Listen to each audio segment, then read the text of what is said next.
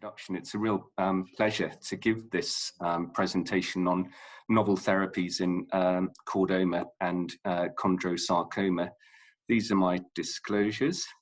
And this is the plan for the presentation. So unfortunately, for medical oncologists, chordoma and chondrosarcoma are still very challenging diseases to treat.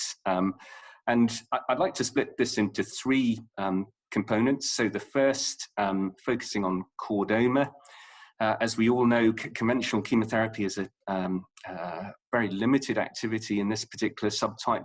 There are promising data regarding tyrosine kinase inhibitors, and I'll go through some of the prospective trials that have been conducted in this very rare disease. Targeting brachyury is also an interesting and promising option, and there are reports of activity of immunotherapy in this particular subtype as well.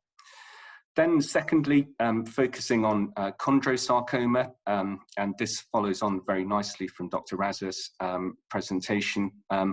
There are prospective trials in chondrosarcoma. There's actually been a randomized trial as well of a hedgehog pathway inhibitor. There are some data regarding antiangiogenic agents and IDH1 inhibitors, and there are some exciting drugs in development for this particular subtype. And then lastly, I'd like to finish with a conclusion and hopefully some discussion with all of you regarding how we move forward.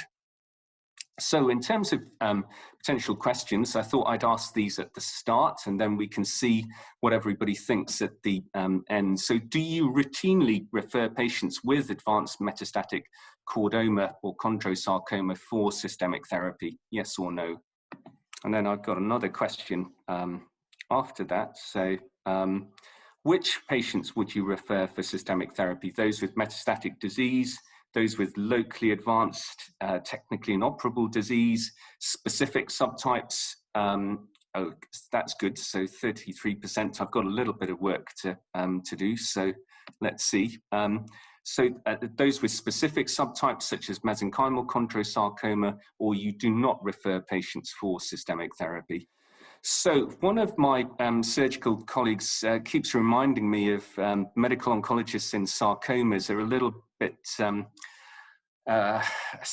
or resemble this description of doctors from the French playwright Molière, doctors that pour drugs of which they know little to cure diseases of which they know less for patients of whom they know nothing. So again, let's see what everybody thinks at the end of this presentation. So firstly, chordoma. So essentially, conventional chemotherapy is largely inactive in this disease. There have been sporadic case reports of radiological responses, but these are few and far between. There has been a prospective single-arm phase 2 trial of an oral topoisomerase inhibitor. This recruited 15 patients, and there was only one objective response. And the 33% median 6 months progression, there was a 33% median 6 month progression-free survival. And of course, progression-free survival in stable disease is very difficult to gauge the value of that in a subtype that can be relatively indolent. There are a number of potential targets in chordoma. These include platelet-derived growth factor receptor beta, epidermal growth factor receptor. The insulin-like growth factor receptor has also been implicated in this disease, and as I mentioned, brachyury as well. Dr. Gardner, in his presentation, mentioned the iron I1 loss in poorly differentiated chordoma, leading to oncogenic dependency on EZH2, opening up the possibility for the use of EZH2 inhibitors in this disease. And we've actually treated one patient with poorly differentiated chordoma at the Royal Marsden with the EZH2 inhibitor tazemetostat in a phase 2 trial. And that patient previously had disease progression prior to entering the trial, but had stable disease for 2 years on trial. So again, it's trying to understand the biology of these different tumors and trying to carve out different groups within an individual subtype. There have been studies as well as prospective trials of various tyrosine kinase inhibitors in chordoma. The Milan group have published a number of studies on this. They initially presented data on imatinib in advanced chordoma, and they observed that patients had improved symptom control, prolonged disease stabilization on the drug, and that 2 patients treated within a clinical trial with imatinib and cisplatin had dimensional shrinkage on imaging.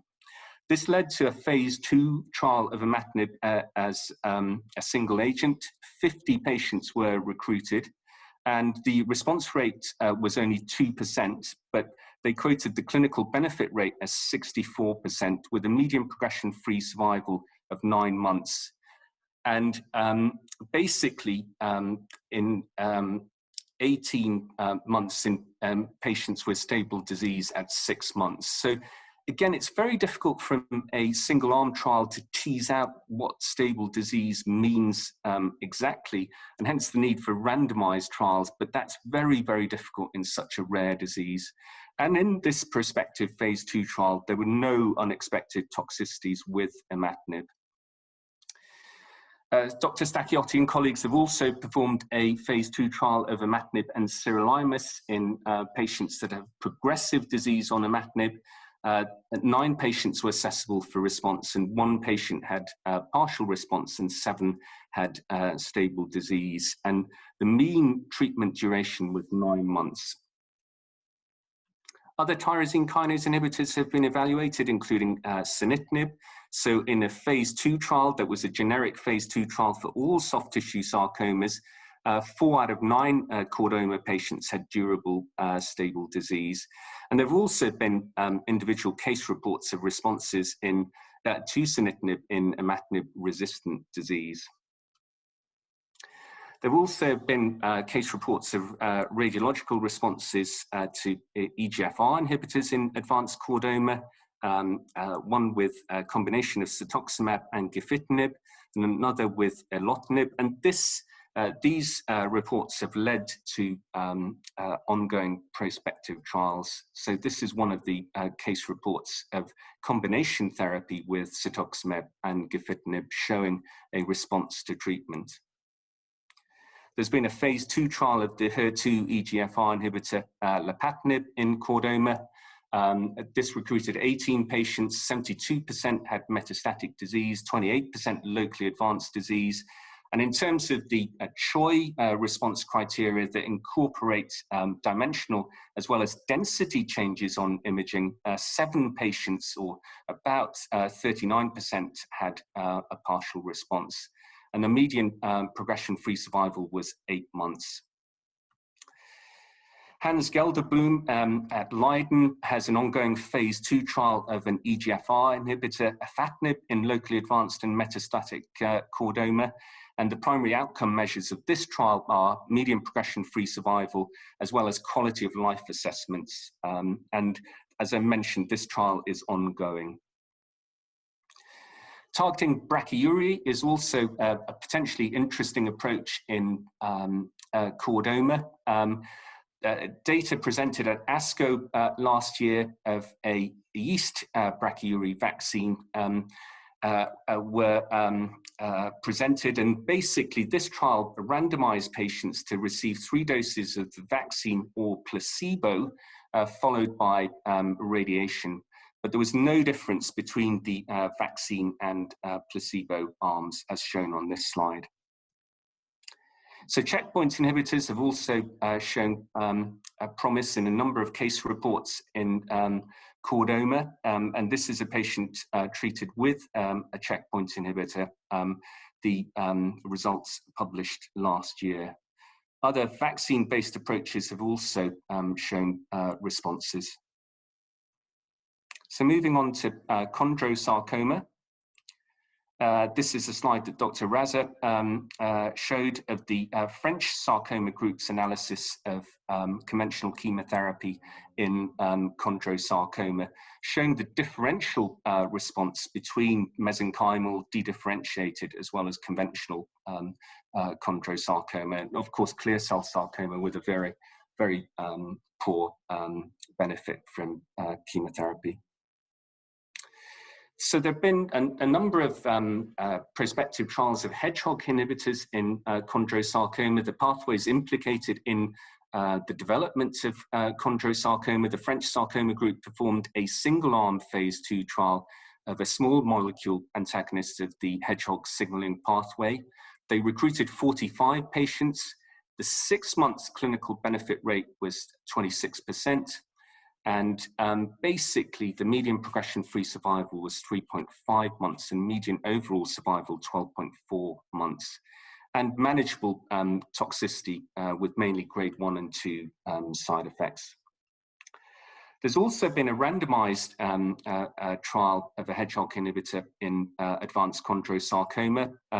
This trial randomized patients 2-to-1 to either receive the hedgehog inhibitor IPI-926 or placebo, and basically did not show any difference in the primary endpoint, which was progression-free survival between the two arms. But one of the important points here, despite the trial being negative, is that it is possible to perform randomized trials in very rare diseases. So there have been some interesting data regarding the role of antiangiogenic agents in chondrosarcoma. We published a retrospective series of patients with conventional and clear cell chondrosarcoma who derived durable benefit with a variety of antiangiogenic agents on a number of clinical trials. There's also been a phase 2 trial of pazopanib in advanced chondrosarcoma with 1 partial response, 47 patients recruited, median progression-free survival of 7.9 months, and median overall survival of 17.6 months, but no unexpected toxicity in this prospective phase 2 trial.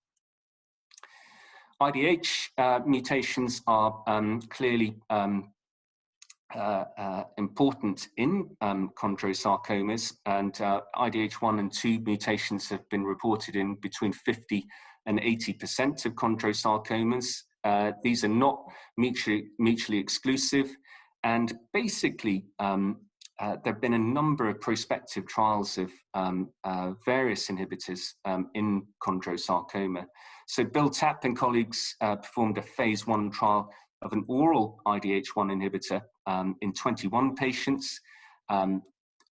11 patients, or 52%, had stable disease. The median progression-free survival was 5.6 months, and the progression-free rate at 6 months was nearly 40%. And again, most of the side effects were manageable. There was only 1 grade 3 drug-related adverse event, and that was a low phosphate level. And I have a patient who has been on this trial and subsequently on an expanded access program since July 2016, basically with multifocal bilateral metastatic metastatic disease in both lungs. And he has clearly benefited from this drug, being on the drug for nearly 4.5 years. So again, I think one of the things here is that there are clearly different groups within this label of conventional chondrosarcoma. And one of the things that we really need to do is to better understand the biology of these different diseases and select the most appropriate treatment for an individual patient. We've also performed a phase 2 trial, 1/2 trial of another small molecule IDH1 inhibitor, basically to evaluate the safety, the efficacy, the pharmacokinetics and pharmacodynamics of this drug. We had a Simon 2-stage design, and basically this trial was open to a number of tumor types, including locally advanced or metastatic chondrosarcoma, but they had to have the IDH1 gene mutation, had to have measurable disease by RECIST, be it over the age of 18, and a performance status of 0 to 2, and of course have adequate kidney, liver, and bone marrow function. So open to other tumor types, including glioma, hepatobiliary and hepatocellular carcinoma.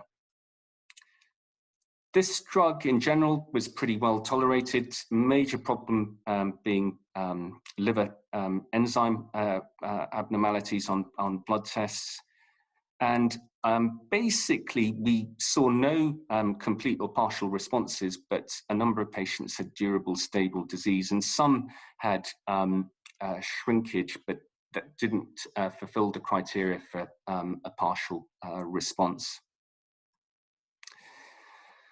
And in a way, the results of IDH inhibitors in chondrosarcoma so far have been disappointing.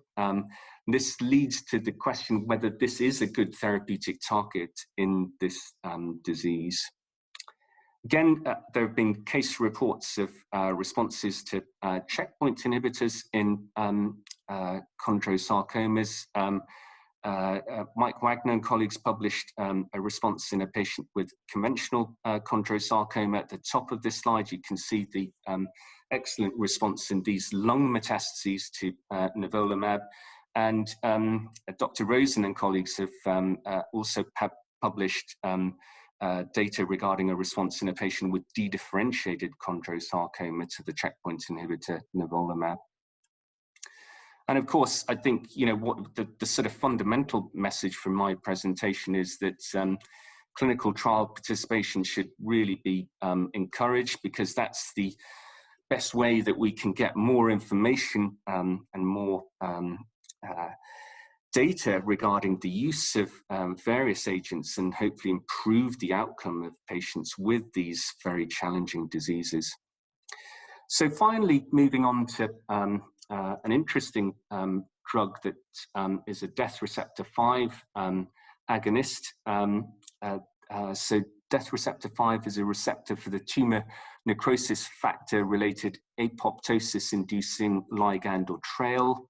And DR5 activation naturally eliminates damaged or neoplastic cells, and normal cells are less sensitive to DR5 mediated apoptosis.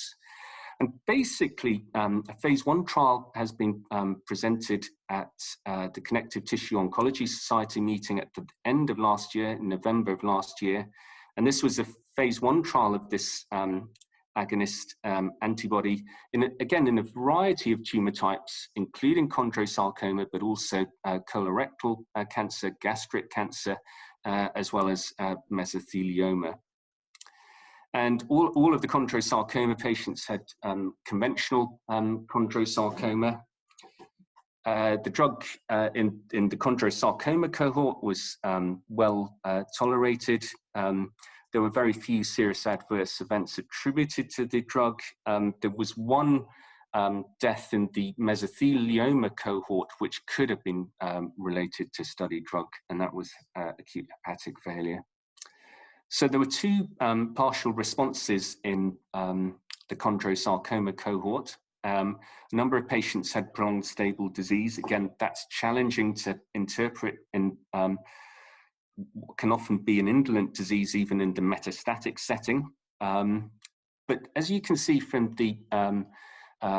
this slide, the two patients that had partial responses shown in light blue, but there were also patients who were technically within the stable disease category that had tumor shrinkage as well.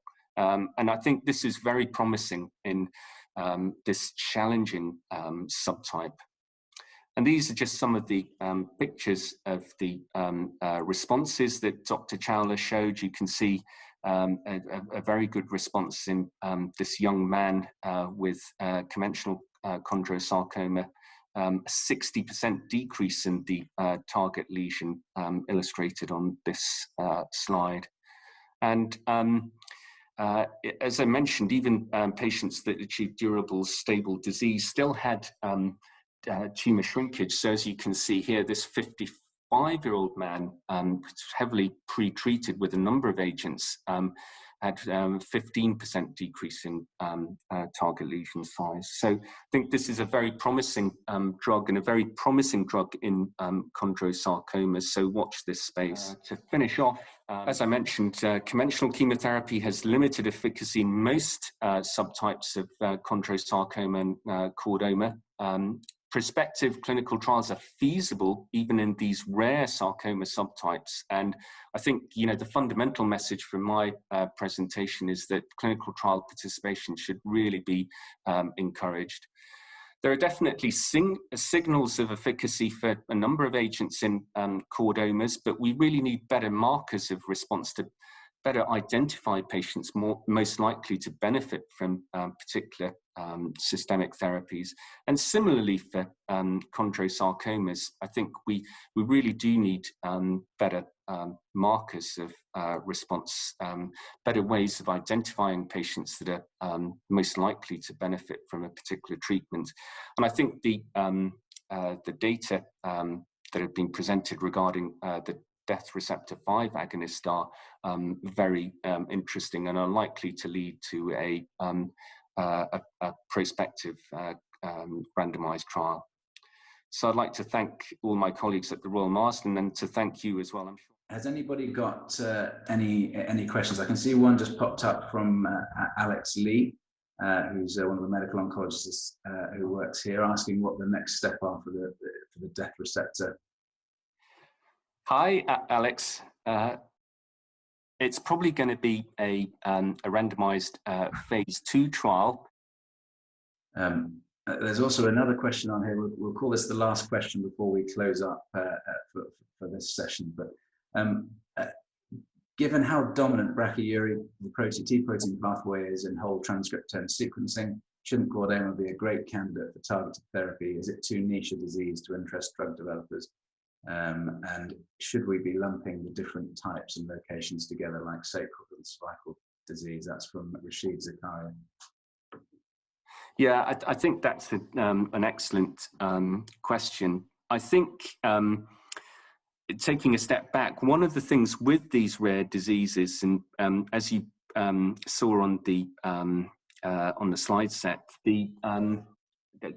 very often it's possible to have a individual chordoma or a chondrosarcoma cohort within a larger trial with commoner tumor types. So I think the EZH2 inhibitor tazemetostat is an excellent example of that, where there was a specific cohort for a really sort of well-defined subgroup of chordomas with INI1 loss. So I think it's clearly harder in rare cancers, but it is possible to perform prospective trials, and that really was one of the sort of fundamental messages from my presentation.